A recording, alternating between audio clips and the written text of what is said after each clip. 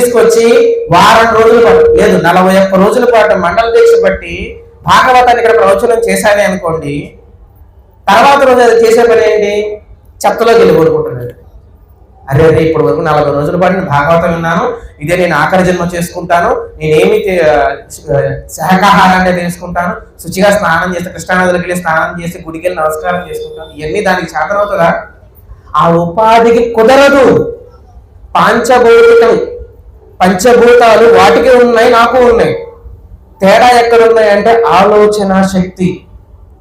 ఆలోచించే శక్తి మానవుడిగా నాకు మాత్రమే ఉంది, ఆ జంతువులకి లేదు.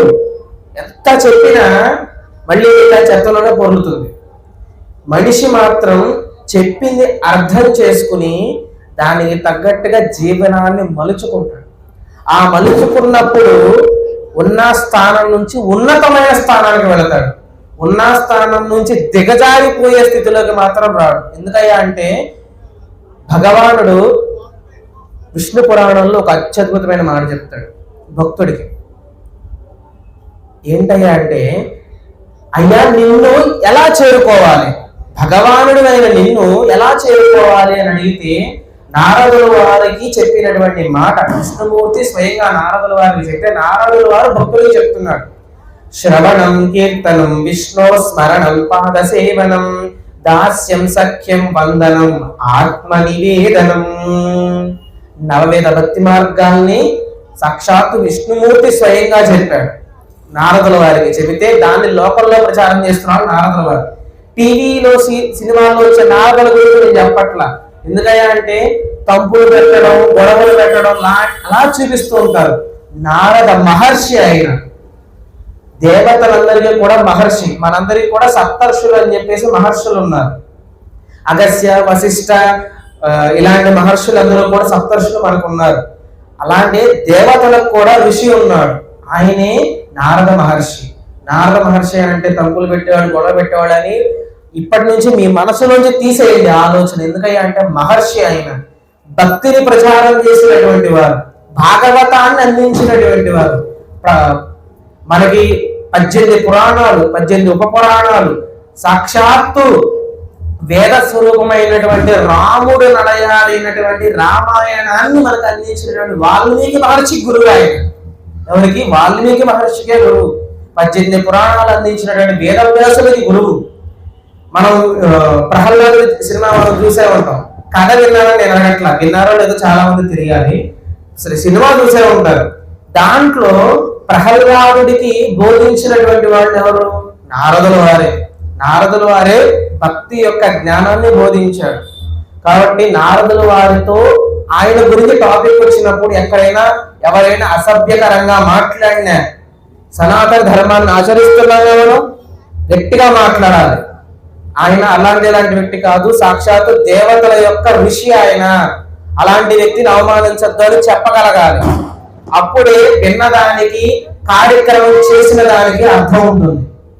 అలాంటి మహర్షి శ్రవణం కీర్తనం విష్ణు స్మరణం పాద సేవనం దాస్యం సఖ్యం వందనం ఆత్మ నివేదనం అనే నవవేద భక్తి మార్గాలను చెప్పారు.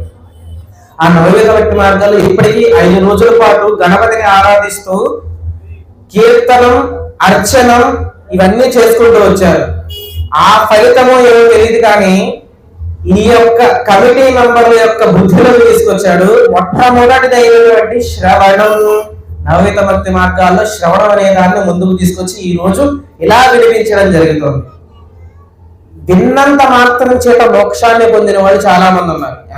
విన్నంత మాత్రం మోక్షం వచ్చేస్తుందానంటే విన్నటువంటి శబ్దం యొక్క కూర్పు ఎక్కడే జరుగుతుంది? బుద్ధుల్లోనే వెళ్తుంది, కాలాలకు చేతుల్లోనే వెళ్ళదుగా.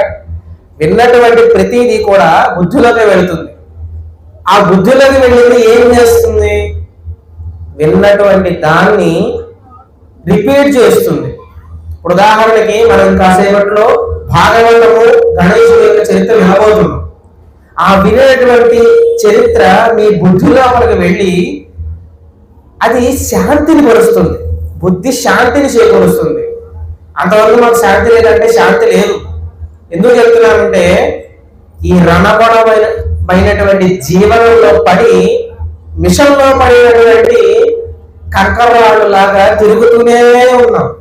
నిద్రాహారాలు లేవు, మనశ్శాంతి లేదు, ఆనందం లేదు.